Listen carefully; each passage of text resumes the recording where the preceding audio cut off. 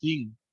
The drug is any substance or a product that is used for diagnosis, means for any disease diagnosis, then for any prevention of any disease like vaccines, then treatment or cure of disease like antibiotics and any other drugs that we are going to use after the diagnosis has been done of that disease.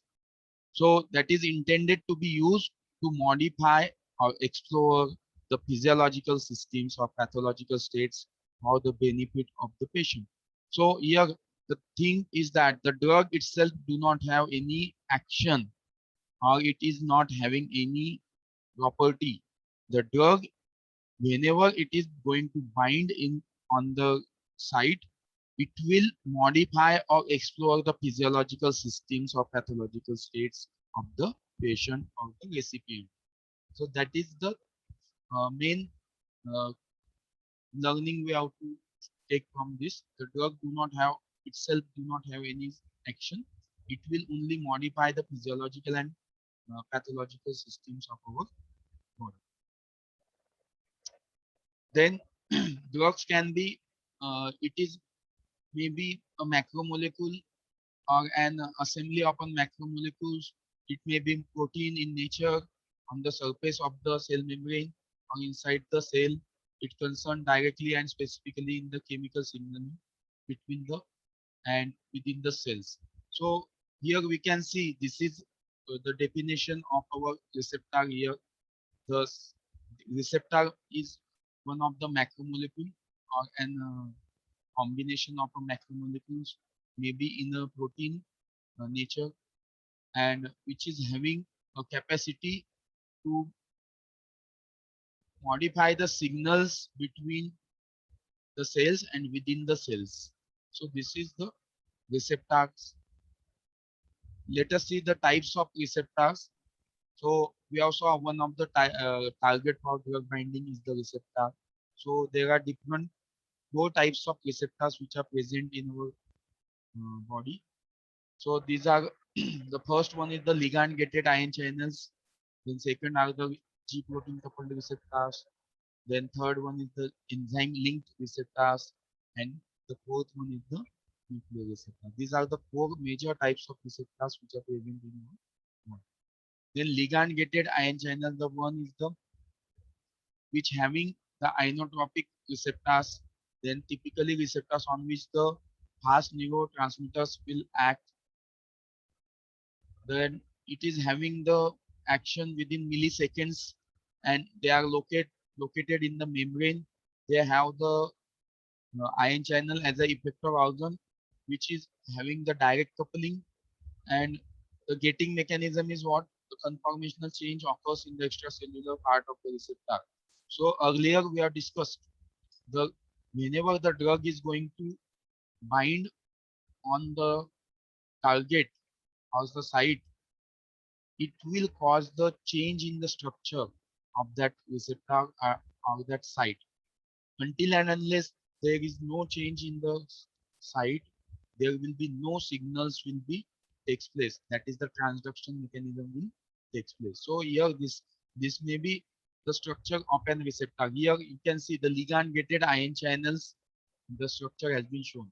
So this is one of the uh, receptor that is shown here, the GABA receptor. You can see here, it is having the five sub panels here. They are having the alpha, beta, delta, and gamma. So subunits are here. The five subunits are present here. You can see. So two alpha subunits, one beta subunits, then one delta, and one gamma subunit. And this is the structure of our receptor. This is the cell membrane, and this cell membrane has the cell receptor, and on this any subunit there is a site for the binding of this drug. So here you can see this is the acetylcholine molecule, the drug which is one of the agonist for the cholinergic receptor.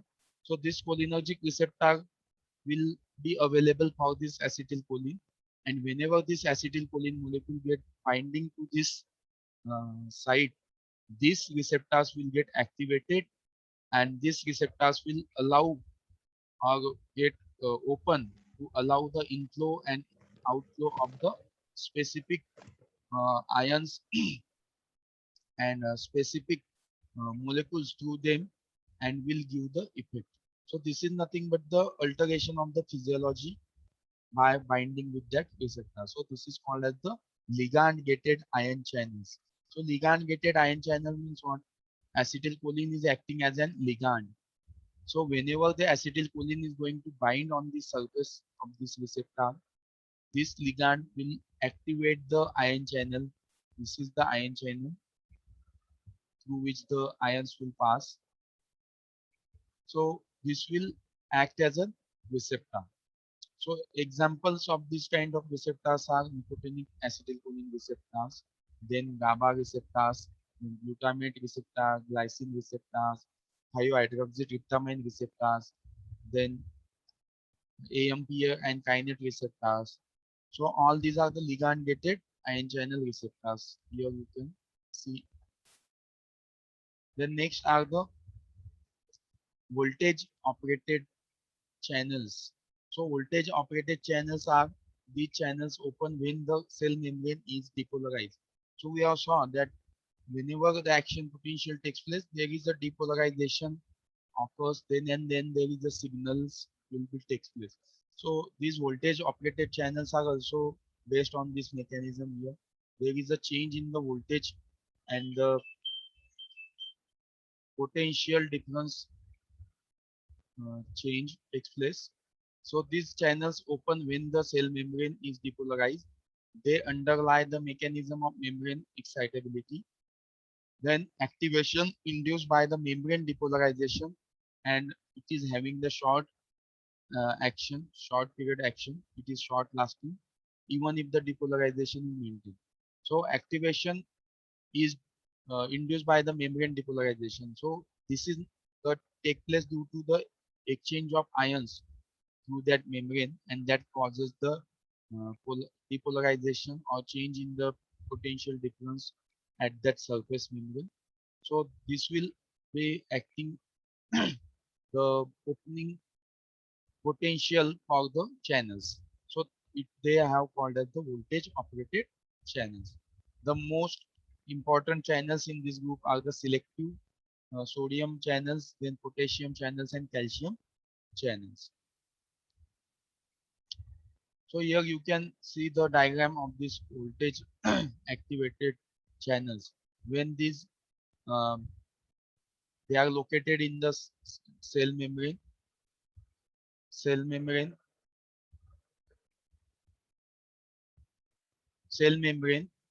They when these get attached to here, they will get activated, and these molecules, these are shown here, will get inside and will allow in response to nerve impulse and opens the and Na plus channels enters, sorry, Na plus ions enters in the cell from the outside.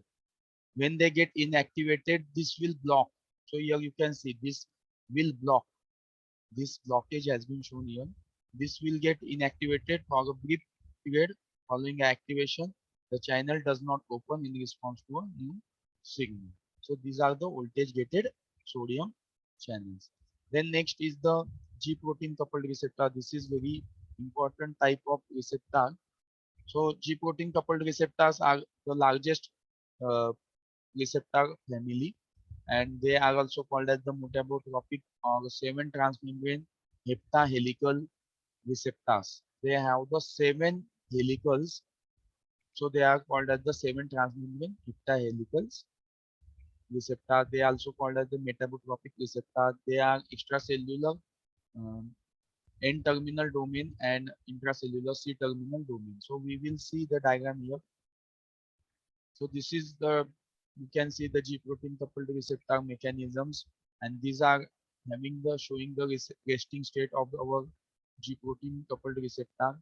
When this is at inactive state, this will get binding site and the receptor will be activated, and this alpha and beta gamma subunits will move and will get activated, and the conversion will take place, the GTP to GDP, and then this will get activated here.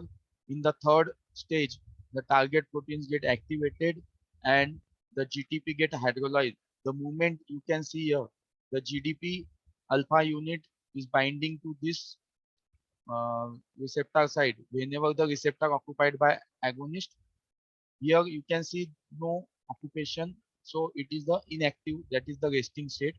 And when the agonist will occupy the receptor site, the GDP will be by move towards this receptor side, then GTP converted to GDP, and this move, alpha subunit get moved towards the target one. This will activate the target proteins, and this will later on, after this receptor get unoccupied, again it will move toward the resting state. So this is the cycle by which our G protein coupled receptors will act.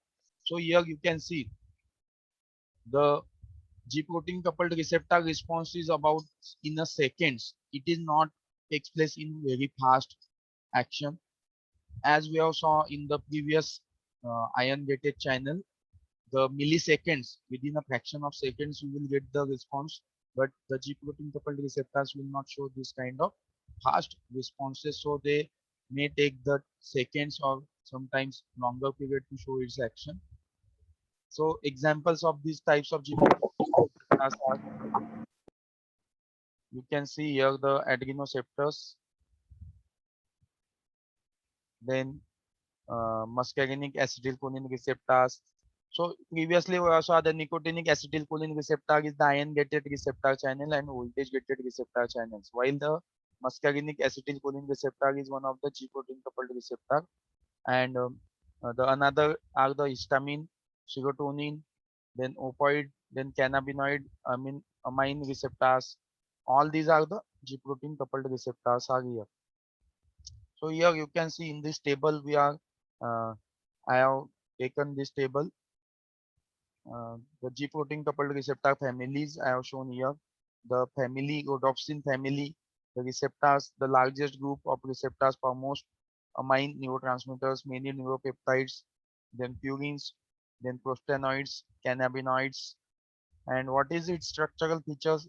They have the short extracellular and terminal tail. Then family like secretin and glucagon receptor family. These are the receptors for peptide hormones, including secretin, glucagon, and calcitonin. Then the third family is the metabotropic glutamate receptor family, which is calcium sensor family. So it is a very small group, and which is having the receptors like glutamate receptors, then GABA-B receptors, calcium sensing receptors. They are having the long extracellular tail incorporating the ligand binding domain. So this is the different families of the G protein coupled receptors, and this is the cycle how the G protein coupled receptors will show its action and get activated through our activation of this binding of the agonist. Then the next is the targets for G proteins.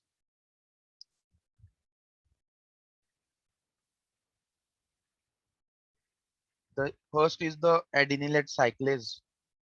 So when agonist going to bind on the receptor side, the alpha subunit will get activated and this will move towards the adenylate cyclase, and this adenylate cyclase convert the ATP to cyclic AMP, and this cyclic AMP will act as a secondary messenger here.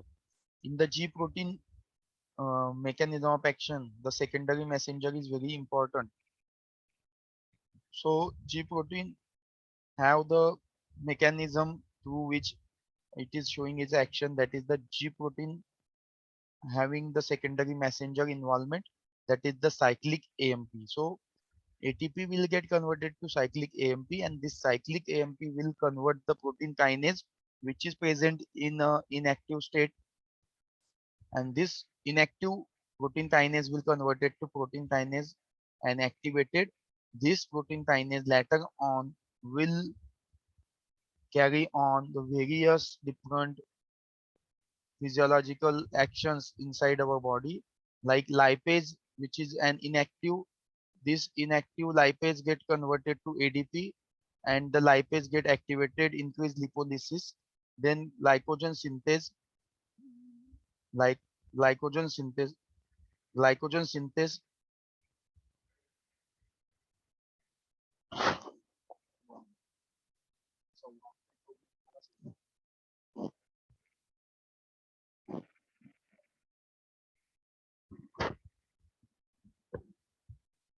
So glycogen synthase will be activated, then ATP will be converted to ADP, and glycogen synthase will inactivate. So here the glycogen synthesis will reduce.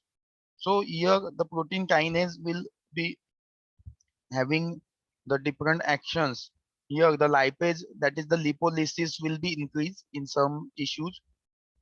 The formation of or decrease the lipids, the lipid will get breakdown, that is the lipolysis, that is takes place by the conversion of lipase to inactive to lipase active. So lipolysis will increase while the glycogen synthesis will be reduced, and the increased glycogen breakdown here by the phospholipase kinase activation, and this phospholipase will be prevent the breakdown of glycogen to glucose 1 phosphate. So breakdown of glycogen is also reduced. So this is the different actions of our adenylate cyclase through which the G proteins will act. Then another, so this is we have saw that the different transduction mechanisms. So the first transduction mechanism through G proteins will act the adenylate cyclase pathway. So this is one pathway for the G protein receptor actions. Okay, adenylate cyclase pathway. The next is the phospholipase C inositol triphosphate diacylglycerol pathway. So this is the another pathway through which our cell G proteins will be act. So phospholipase C inositol triphosphate pathway. Here let us understand this phospholipase C pathway. So here when the receptor will get activated, the G protein receptor will get stimulated, the the transduction mechanisms will activated, it will activate the phospholipase C, and which is acting as a secondary messenger here. The phospholipase C will activate the diacylglycerol, and this will activate the uh, protein kinase C. So the protein kinase C will activated, and this will later on, after that, this will going to phospholipase C will going to act the phosphatase, then phosphatase will activate the inositol 1 phosphate, and this will going to act on the kinases and will show the effect here. So here the different uh, actions of this inositol triphosphate is shown here. So receptor activation will stimulate the release of this phospholipase C. This will act on this activation of protein kinase C, then will release the intracellular calcium, and so this will give our inositol triphosphate pathway and diacylglycerol pathway. So without this phospholipase C, then inositol phosphatase uh, C3, it will not be possible to show its effect or carry out this effect. So this is very important pathway through which our G protein coupled receptor is going to act. And whenever we need to stop this stimulation or block this receptor, we have to we can inhibit by the lithium. So lithium is one of um, the we can see the ion. Lithium ion will block this inositol triphosphatase, and the further receptor action will be blocked. So this will be acting as a blocker here. Okay, so the G protein coupled receptor which are acting through this transduction mechanism, the phospholipase C inositol triphosphate DAG pathway. The next is here you can see the ion channels like potassium and calcium.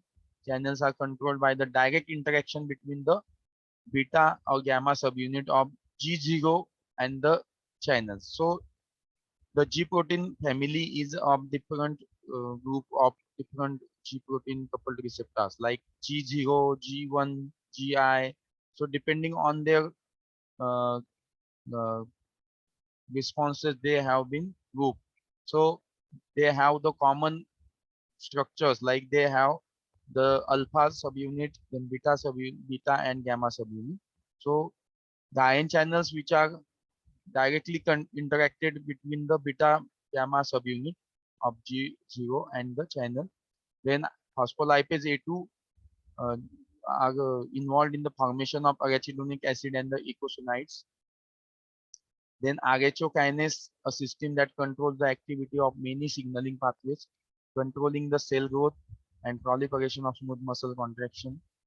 Then MAP kinase, which is activated by the cytokines and growth factors acting on kinase linked receptors by GPCR, that is G protein coupled receptor ligand, and controls the processes involved in the cell division, apoptosis, and tissue regeneration. The next is the kinase linked and related receptors. Kinase linked, the third type of receptor, kinase linked receptors. So the kinase linked receptors are which is a large family heterogeneous group of responding mainly to protein mediators. Protein mediators, they have uh, takes the hours to show its effect. The kinase linked receptors have the very longest period of uh, action of effect. Then they are located in the membrane. Their effector organ is the protein kinases. Then coupling, they have the direct coupling with the receptors. Examples like the insulin, then growth factors, cytokine factors, then ANF receptors. So insulin and growth factors are showing their effect in a longest period. They do not show it in a short period. So whenever we are taking the insulin, it will show its effect in hours in the diabetes and in the normal patient. So these are the kinase link receptors. So here you can see in the diagram the kinase link receptors are showing the growth factor which is binding to receptor here, receptor, and this will activate the kinase tyrosine kinase domain inside our intracellular space. This will get showing get activation dimerization, then autophosphorylation. Here the binding of SH2 domain protein, then the GRB2 protein. Then this GRB2 protein will get activate the GDP, the GTP, then activation of reticular activating system, then activation of phosphorylation, and the gene transcription takes place in the gene. So this is the a very long process through which the kinase receptor is showing to going to be act. Okay, then these are the kinase receptor. And next type of receptor is the nuclear receptor. So fourth type of receptor is the nuclear receptor. There are two main categories present in the cytoplasm, and the second is the constitutively present in the nucleus. So first, which is present in the cytoplasm, which forms the homodimers and migrate to the nucleus. Their ligands are mainly endocrine in the nature. Examples are the steroid hormones. So steroid hormones are present in the cytoplasm. While the second type of hormone which are present in the nucleus, which are nuclear receptors, form the heterodimers with the retinoid X receptor. Their ligands are usually lipids. So examples are the fatty acids. So the third subgroup of the nuclear receptors are transduce mainly endocrine signals but function as a heterodimers with the retinoid X receptor. So that is examples like thyroid hormone. Then the ligand receptor complexes initiate changes in gene transcription, binding to hormone response elements in gene promoters and recruiting co-activator and co-repressor factors. So these are the nuclear receptors So these are the JAK-STAT receptors and the transcriptor receptors. So these are the types of nuclear receptors you can see here. The class 1 present in the cytoplasm, GR receptors present in cytoplasm operate as homodimers, high affinity for the substance. Then hybrid receptors, mainly endocrine and having the longer period of action. Then class 2, which are present in the nucleus, which are operating as an heterodimers, mainly lipid ligands and having the low affinity. So this is the types of our different receptors.